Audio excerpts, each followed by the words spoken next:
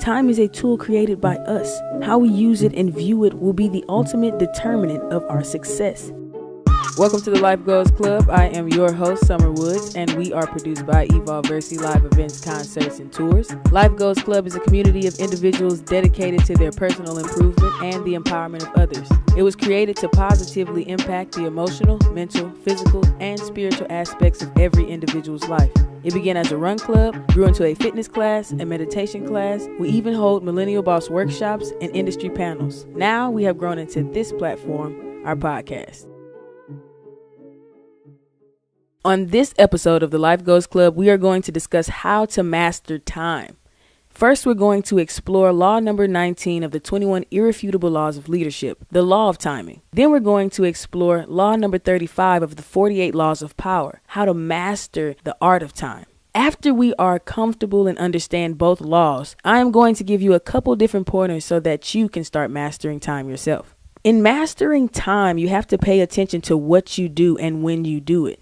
In my experience, a lot of entrepreneurs say that they either need more time, don't have enough time, and don't even understand how some people make so much time and do so much in 24 hours, i.e. Oprah Winfrey or even the President of the United States. But you have to understand that these people either delegate different tasks to people, or they also understand the law of timing, how to master the art of timing, and they use the pointers that I'm going to give you at the end of this. Timing is everything. You have a 25% chance of taking the right action at the right time. If you take the wrong action at the wrong time, it'll lead to disaster. Your team will suffer, and so will your leadership. If you take the right action at the wrong time, it will bring resistance. Good leadership timing requires understanding, maturity, confidence, experience, intuition, and preparation. If you take the wrong action at the right time, it becomes a mistake. The greatest mistake made by entrepreneurs is knowing when to cut their losses or when to increase their investment to maximize their gains. But then there's that time that you get it right, when you take the right action at the right time and it leads to success. When the right leader and the right timing come together, incredible things happen. An organization achieves its goals, reaps incredible rewards, and gains momentum. Success almost becomes inevitable. I want you to think of time as a place in space, a location, a destination. Remove the constrictions of the modern definition of time and imagine time as a place you can reach, or you will reach, after making conscious decisions based upon experiences or situations or even people that are in your life. Where and who you are today is based upon every decision made by or for you. Those decisions being conscious, unconscious, proactive, or reactive. If a leader repeatedly shows poor judgment, even in little things, people start to think that having him or her as the leader is the real mistake. When the right leader and the right timing come together, incredible things happen. No leader can escape the law of timing. Reading a situation and knowing what to do are not enough to make you succeed in leadership. If you want your organization, department, or team to move forward, you must pay attention to timing. Only the right action at the right time will bring success. So I mentioned earlier 7 attributes that a leader must have for good timing. They must have understanding, which is a firm grasp on the situation. They must show maturity and have the correct motives for perfect timing and leadership. They must show confidence and know what they're doing because people only follow confident leaders. They must have experience, and if they don't have the knowledge personally, they need to get the knowledge or find mentors or people with the wisdom that can help them. They must have the intuition to recognize momentum and morale. And then they must have preparation, because if they do not have the perfect condition, they can create the perfect condition. So in order to master the law of timing, you must have those 7 attributes or work on building them. Because once you build those, your 25% won't seem so small and you will take more of the right actions at the right time. Never seem to be in a hurry. It betrays a lack of control over yourself and time. People follow confident people, those who have a grasp on the situation, the law of timing. Always seem patient, as if you know everything will come to you eventually. Become a detective of the right moment. Sniff out the spirit of the times and the trends. Learn to stand back when the time is not yet ripe and strike fiercely when it has reached. That is law number 35 of the 48 laws of power. Master the art of timing. According to law number 35, there are 3 types of time. Long time, which amounts to years. You manage with patience and gentle guidance. You be on the defensive with this time, not the offensive, and you do not act impulsively. The second type of time is forced time, short time. You can manipulate this as an offensive weapon and seem more in control of time on your end. Then there is end time. This is when you execute. This is where your patience and then your offensive action all comes to a direct end. You use speed and force at this time. Once you have found the right moment, you must not hesitate. Control your emotions and colleagues who may confuse action for power. Do not act impulsively. Understand end time so that you may execute at the right time, and continuously use forced time and then recognize forced time so that you do not act impulsively. Recognize the spirit of the times. Work with the times and anticipate their twists and turns. Never miss a beat. Recognize it not by what's the loudest, but what is hidden and dormant. Recognize the prevailing winds, but that does not mean to run with them. Anticipate the action and bet on it. Be patient. Whenever you find yourself in a weaker position, play for time, build your support, your experience, and your resources. Unclutter your mind so that you can see further into the future and resist the bait of becoming an impatient sucker. Don't let others convince you to make rash decisions. Instead, invoke this in your competition so that they may make mistakes. When you learn how to master the art of time, you have more room to be flexible. Patience will allow you to make a secure foundation. Securing your foundation may take years, but success built slowly is the only way to last.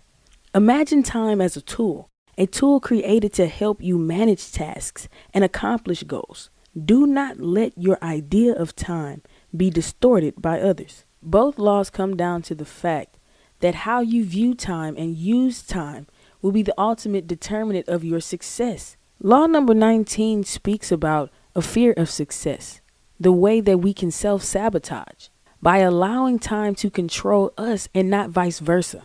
Law number 35 speaks about an inability to finish. If we cannot execute in time, we only waste time. In the 21 Irrefutable Laws of Leadership, for Law 19, they use Katrina as an example of a misuse of the law of timing or a misunderstanding of the law of timing. The National Hurricane Center failed to notify local level government that the hurricane would be such a massive destruction. Then the mayor waited hours after every other county issued a mandatory evacuation.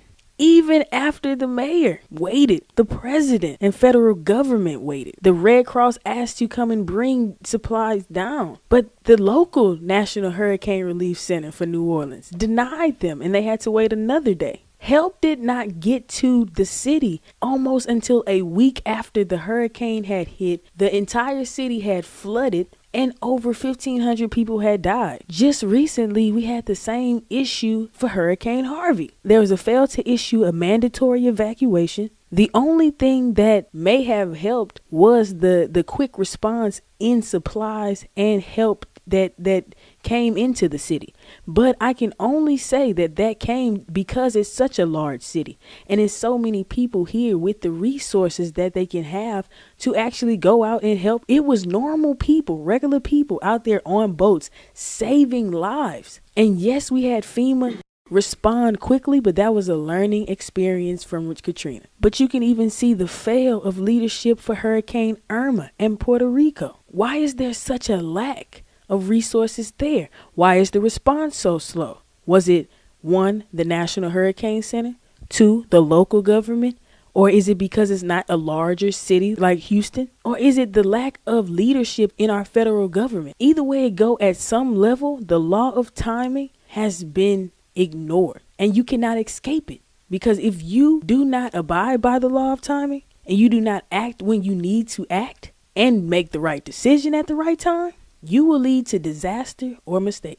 In mastering the art of time, I can give you 2 examples from presidential campaigns. Once in the Kennedy versus Nixon and in Trump versus Hillary. Trump used social media, especially Twitter. He understands the winds of the time. He knew what to say, when to say it, and how to say it, and who to say it to win. And that's the truth. He mastered the art of time. He understood where the country was after having a black president, and he knew who to speak for. Kennedy, on the other hand, used television. Television was just coming around. It was just becoming popular. It was just becoming a household thing. And when Kennedy started running, they started having debates on television, not just radio. Kennedy captured people's attention using television, something Nixon could not do. He could capture attention on radio, but when it became a visual thing, Kennedy won. Timing is everything. Become a detective of the right moment.